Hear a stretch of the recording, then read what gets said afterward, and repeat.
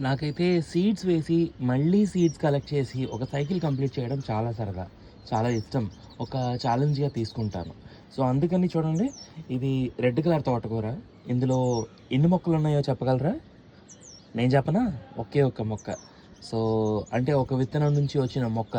So, ఇప్పుడు ఇంత ఎక్కువ ఇవన్నీ కడుపులొచ్చినియి. సో, వీటన్నిటికి కూడా బోలెడంత సీడ్ కలెక్ట్ అవుతుంది. అయితే వర్షం పడే ముందే కలెక్ట్ చేయాలి. అలాగని ఇట్స్ టూ ఎర్లీ కూడా కాకూడదనమాట. త్వరగా కూడా కలెక్ట్ చేయకూడదు. సో, ఎప్పటికప్పుడు ఇట్లా చెక్ చేసుకుంటూ ఉంటాననమాట. సీడ్స్ ఫార్మ్ అయినాయా లేదా? సో, ఇగోండి ఫార్మ్ అయింది. బట్ ఇంకా ఎక్కువగా సీడ్స్ ఫార్మ్ అవ్వలేదనమాట. సో, ఇంకా కొంచెం టైం పడుతుంది.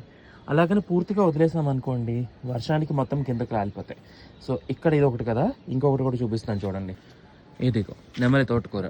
సో, ఇది కూడా నాకు చాలా ఇష్టమైన ఆకుకూర. చాలా కలర్‌ఫుల్‌గా ఉంటుంది. లేతగా ఉండేటప్పుడు మంచి మంచి కలర్‌లో. ఇప్పుడు ఇది చూడండి ఎంత ఒక మానులాగా తయారైంది. ఇది కూడా ఒకే ఒక్క చెట్టు. ఇదిగో.